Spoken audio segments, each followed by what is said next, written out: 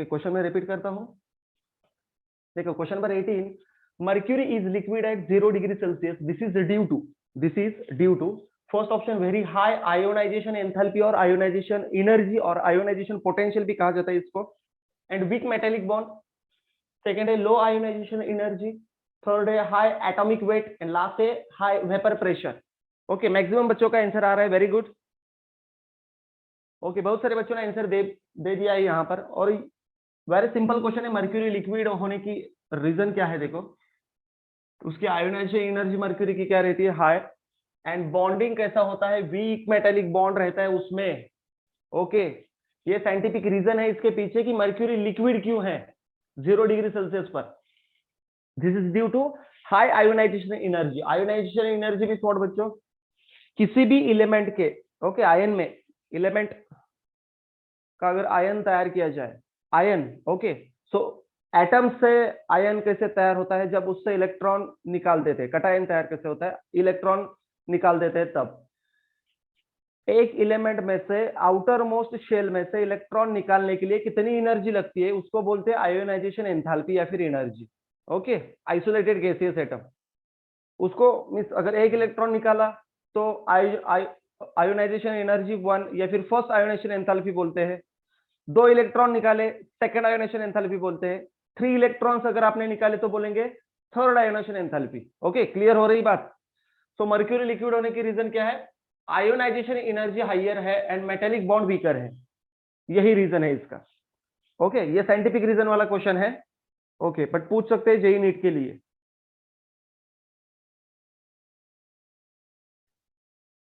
Okay, very good, read this question very carefully.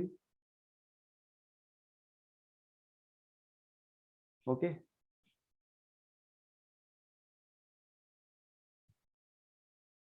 Very good.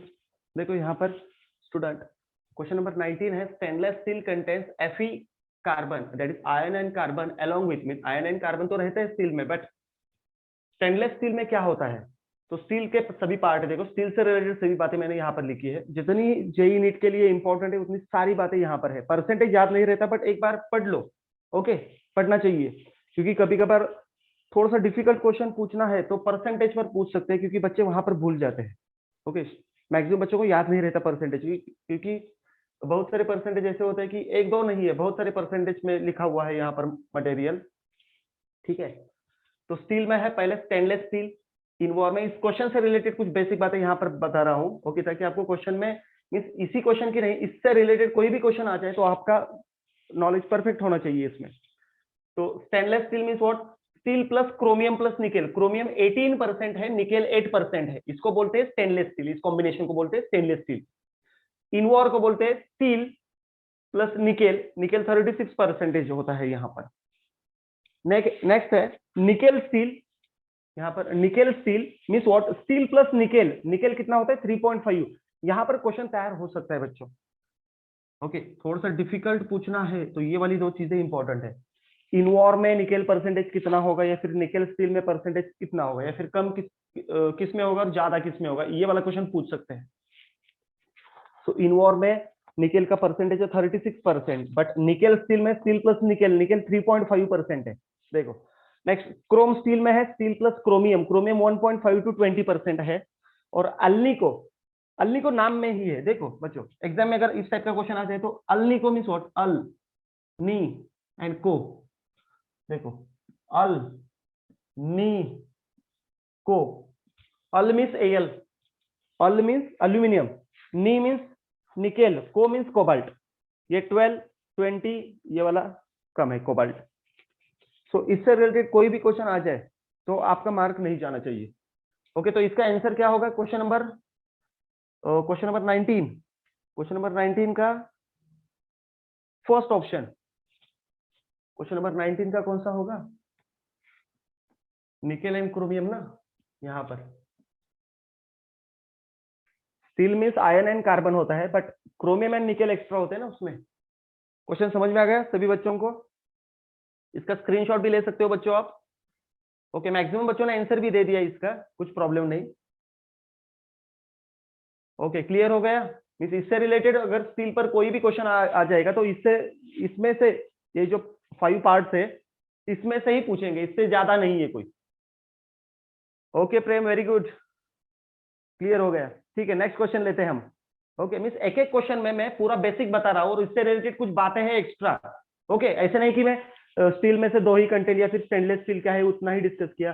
तो steel के ऊपर बहुत सारे क्वेश्चन पूछ सकते हैं। आज मीन्स आपके सामने क्वेश्चन नंबर 19 स्टेनलेस स्टील पर पूछा गया है, बट एंट्रेंस में जब आप जेईई नीट या फिर कौन सी भी एग्जाम केमिस्ट्री से रिलेटेड देते हो तो वहां पर इनवॉर पूछा जा सकता है, निकल स्टील पूछा जा सकता है। तो स्टील के तो इतना ही है। ओके इसके बाहर का नहीं पूछा जाएगा। Yes okay Manali, very good.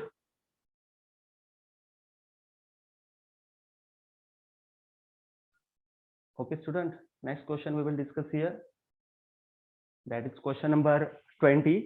Question number 20 है zinc does not shows variable valency. Okay, zinc की वैलेंसी कितनी होती है, दैट इज ऑक्सीडेशन स्टेट कितनी होती है जिंक की, +2। बाकी के एलिमेंट जो होते हैं जिंक में मींस 3D सीरीज में, ट्रांजिशन एलिमेंट में, बाकी के एलिमेंट जो होते हैं ट्रांजिशन एलिमेंट जो 3D सीरीज में है उनकी वैलेंसी +2 तो होती है, बट +2 के अलावा भी ऑक्सीडेशन स्टेट रहती है उनकी। दैट इज स्कैंडियम की +2 भी होगी, +3 भी होगी।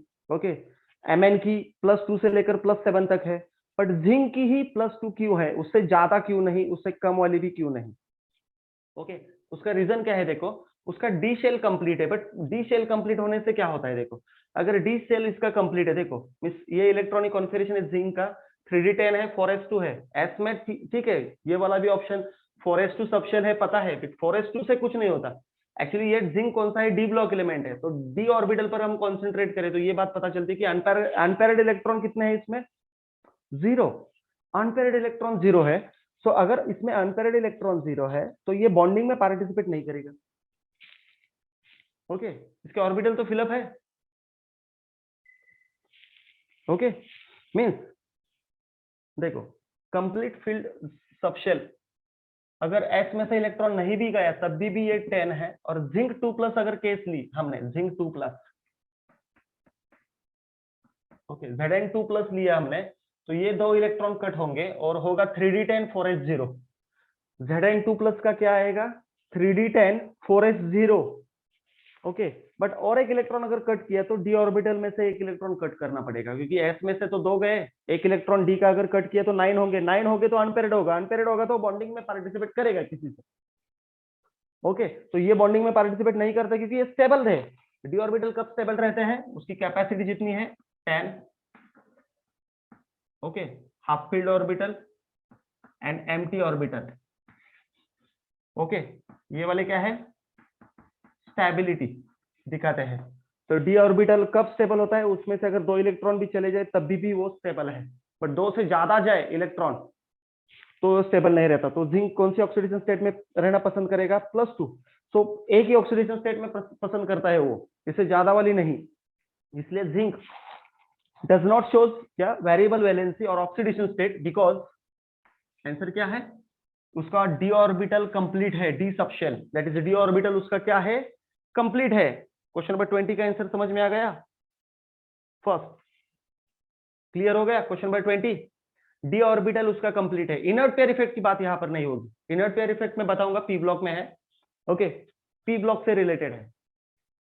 Yes okay Vedangi, Payal, very good. Okay very good, very good all the student. Okay maximum बच्चों ने आंसर दे दिया है, बट उसका रीजन भी पता होना चाहिए क्यों ऐसे करता है जिंक। ओके ठीक है, नेक्स्ट क्वेश्चन देखेंगे।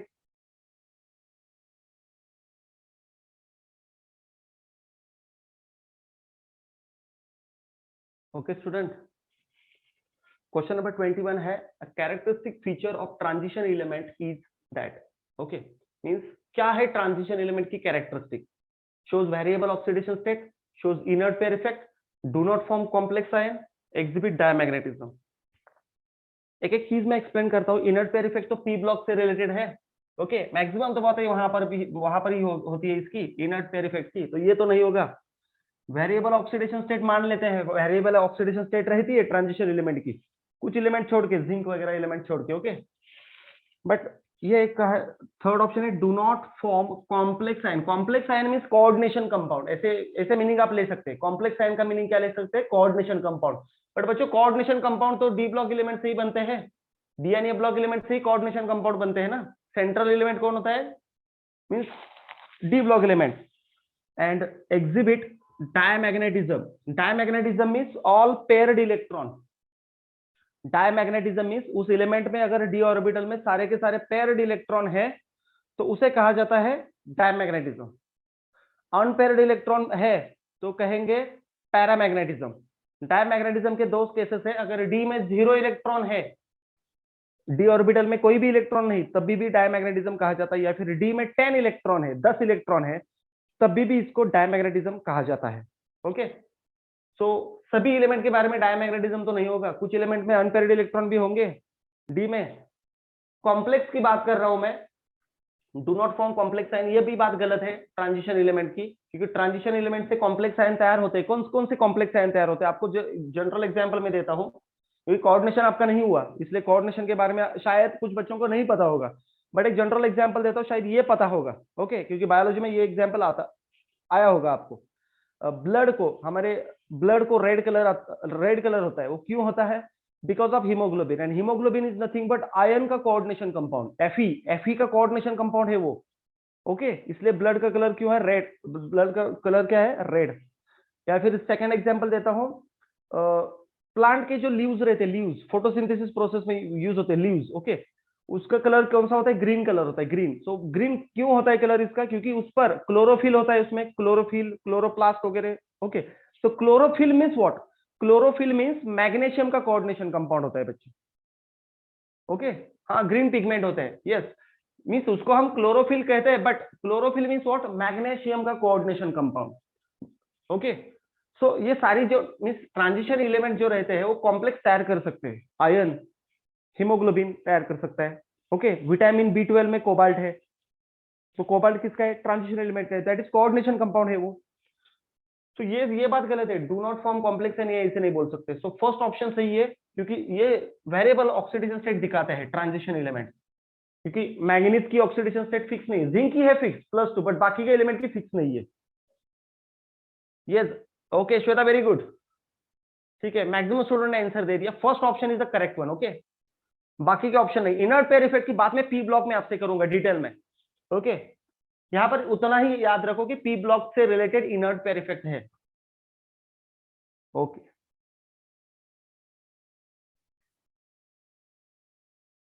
ओके, मैक्सिमम स्टूडेंट ने दिए आंसर।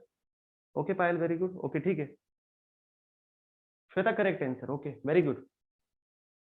नेक्स्ट क्वेश्चन दिया है, बहुत बच्चों ने आंसर दिए हैं। देखो, dot dot element means which element is responsible for oxidation of water into O2 means, question क्या है देखो, अगर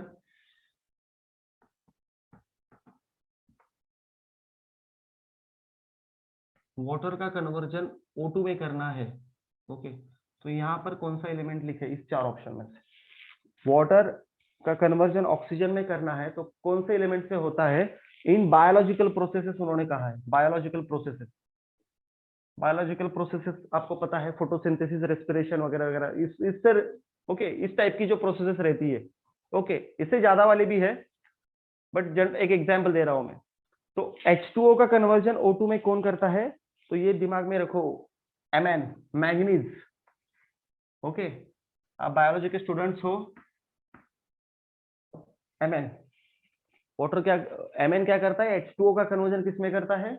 ऑक्सीजन में करता है, ये बात दिमाग में रखो। ओके, इंपॉर्टेंट है। यस, ये कैटालाइसिस पार्ट में आता है, कैटालाइसिस पार्ट में आता है। ओके, डी ब्लॉक एलिमेंट में हमने कैटालिस्ट जो पार्ट देखा था और उसके एप्लीकेशंस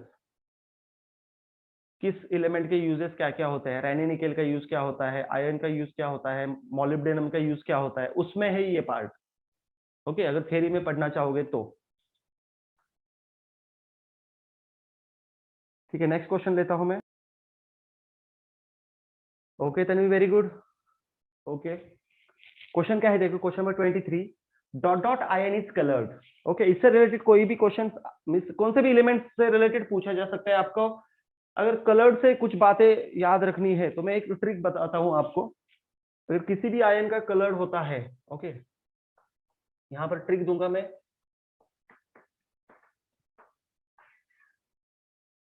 फर्स्ट ऑफ ऑल उसमें अनपेयर्ड इलेक्ट्रॉन रहने चाहिए। ओके, अनपेयर्ड इलेक्ट्रॉन रहने चाहिए तो ही उसको कलर आता है। अनपेयर्ड इलेक्ट्रॉन एक या फिर एक से ज्यादा रहने दो। ओके, अगर एक्सेप्शनली कुछ ऐसी भी बातें हैं, देखो पेयर्ड वाले भी कलर दिखाते हैं, पेयर्ड इलेक्ट्रॉन भी है, मान लो K2Cr27 या फिर KMnO4, ये कलर दिखाते हैं, but charge transfer spectra, CTS में लिखता हूं यहाँ पर शॉर्ट फॉर्म इसका। Okay, first of all main important trick क्या है, अनपेयर्ड इलेक्ट्रॉन रहने चाहिए तो ही कलर आता है। पेयर्ड इलेक्ट्रॉन रहे तो कलर नहीं आता। ओके, बट कुछ कंपाउंड ऐसे भी है उसको पेयर्ड इलेक्ट्रॉन होने के बावजूद भी उसको कलर आता है। कौन कौन से कंपाउंड है, K2Cr27 एंड KMnO4। ओके, इनमें पेयर्ड इलेक्ट्रॉन है बट ये कलर दिखाते हैं क्योंकि चार्ज ट्रांसफर स्पेक्ट्रा एक कंसेप्ट है, चार्ज ट्रांसफर स्पेक्ट्रा की वजह से ये कंपाउंड कलर दिखाते हैं। ओके, कुछ एक्सेप्शनल केसेस है बट इतने भी ज्यादा नहीं। मैक्सिमम काम क्या है आपका, किसी भी आयन का कलर ढूंढना है तो इसका इलेक्ट्रॉनिक कॉन्फ़िगरेशन पहले पता रहना चाहिए। कॉपर 1+ का तो डायरेक्टली नहीं आएगा, कॉपर का पता रहना चाहिए। कॉपर से कॉपर 1+ कैसे तैयार किया जाता है, कॉपर 2+ कैसे तैयार किया जाता है, डी में इलेक्ट्रॉन कितने आते हैं, ये पहले समझ में ले लो, ये पहले समझ में आना चाहिए। नेक्स्ट, टिटेनियम 4+ में कितना आता है, वैनेडियम 5+ में डी में इलेक्ट्रॉन कितने आते हैं, और डी में से ही इलेक्ट्रॉन मैंने यहाँ पर मिस ऑर्बिटल ड्रॉ किए हैं। डी में 10 इलेक्ट्रॉन ऐसे फिलअप किए जाएंगे, डी में 9 इलेक्ट्रॉन ऐसे फिलअप किए जाएंगे, 0 इलेक्ट्रॉन मीन्स कुछ भी नहीं है डी में। तो कौन सा ऑप्शन ऐसा है कि अनपेयर्ड इलेक्ट्रॉन दिखाता है, तो यहाँ पर तो सेकंड ऑप्शन में ही है। ओके, क्वेश्चन नंबर 23 में सेकंड ऑप्शन ऐसा है कि उसमें अनपेयर्ड इलेक्ट्रॉन है। कितने हैं, 1, बाकी के केस में 0। तो ये कलरलेस होंगे, ये कलरलेस होंगे, ये कलर्ड होगा। कैसे कैसे सॉल्व किया मैंने, अनपेयर्ड इलेक्ट्रॉन पहले ढूंढना है, वो अगर करेक्ट आते हैं तो। ओके सिद्धांत, वेरी गुड। ओके, बहुत सारे बच्चों ने आंसर भी दे दिया है सही, बट कैसे ढूंढते हैं ये मैंने बता दिया। और पेयर्ड होने के बावजूद कलरलेस होता है मोस्टली। देखो 99% अनपेयर्ड इलेक्ट्रॉन है तो कलर्ड ही होगा। ओके, बट अगर पेयर्ड, सभी के सभी पेयर्ड इलेक्ट्रॉन है तो मैक्सिमम अप्रोच होता है कलरलेस। मैक्सिमम अप्रोच क्या होता है, कलरलेस। बट सभी पेयर्ड इलेक्ट्रॉन होने के बावजूद भी अगर कलर दिखाता है तो वो किस वजह से दिखाता है, चार्ज ट्रांसफर स्पेक्ट्रा, CTS मैंने शॉर्ट फॉर्म यहां पर लिखा है, चार्ज ट्रांसफर स्पेक्ट्रा। कौन से एलिमेंट है ऐसे दिखाते हैं पेयर्ड इलेक्ट्रॉन होने के बावजूद भी कलर, K2Cr27 KMnO4। ओके, एक दो एग्जांपल याद रखो, बाकी के ऐसे ही सॉल्व करना है। Unpaired electron means colour, paired electron means no colour, that is colourless. Clear हो गया। क्वेश्चन नंबर कौन सा था, 23, सभी को समझ में आया होगा। ओके, नेक्स्ट क्वेश्चन लेता हूं मैं अभी, कौन कौन आंसर देगा।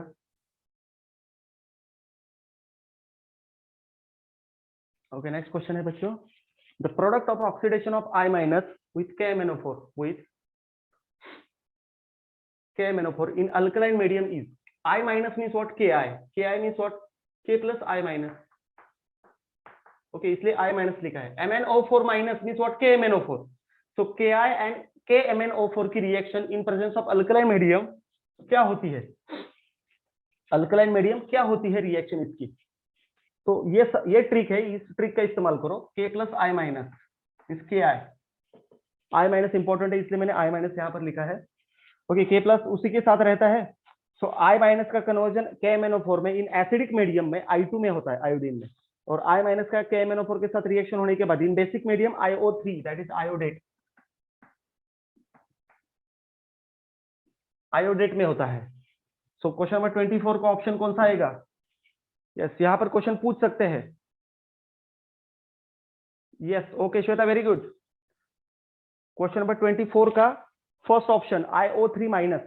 क्लियर हो गया, सिंपल बात है। बट ये ट्रिक अगर पता है आपको, क्योंकि ऐसे KMnO4 की रिएक्शन बहुत सारी है, बट पूछते कौन सी रिएक्शन पर है कि ऑक्सीडेशन होने के बाद कौन सा प्रोडक्ट होगा, जैसे कि आयोडीन का क्या होगा, जैसे कि H2S में से सल्फर का क्या होगा, FeSO4 में से SO4 या फिर FeSO4 का कन्वर्जन किस में होगा, ये इस टाइप के क्वेश्चन पूछे जा सकते हैं। ओके, न्यूट्रल मीडियम में क्या होता है, एसिडिक में क्या होता है, और बेसिक में क्या होता है। क्लियर हो गया, ये क्वेश्चन समझ में आ गया सभी बच्चों को। ये ट्रिक याद रखो, आपका क्वेश्चन सॉल्व हो जाएगा। इस टाइप का दूसरा भी क्वेश्चन आए तो भी सॉल्व हो जाएगा, मींस बैलेंसिंग की जरूरत नहीं है यहाँ पर। Yes, okay, very good. Payal very good, Shweta very good, okay, Tanvi very good, okay, very nice, okay, आप अच्छे से कर रहे हो, वेरी गुड।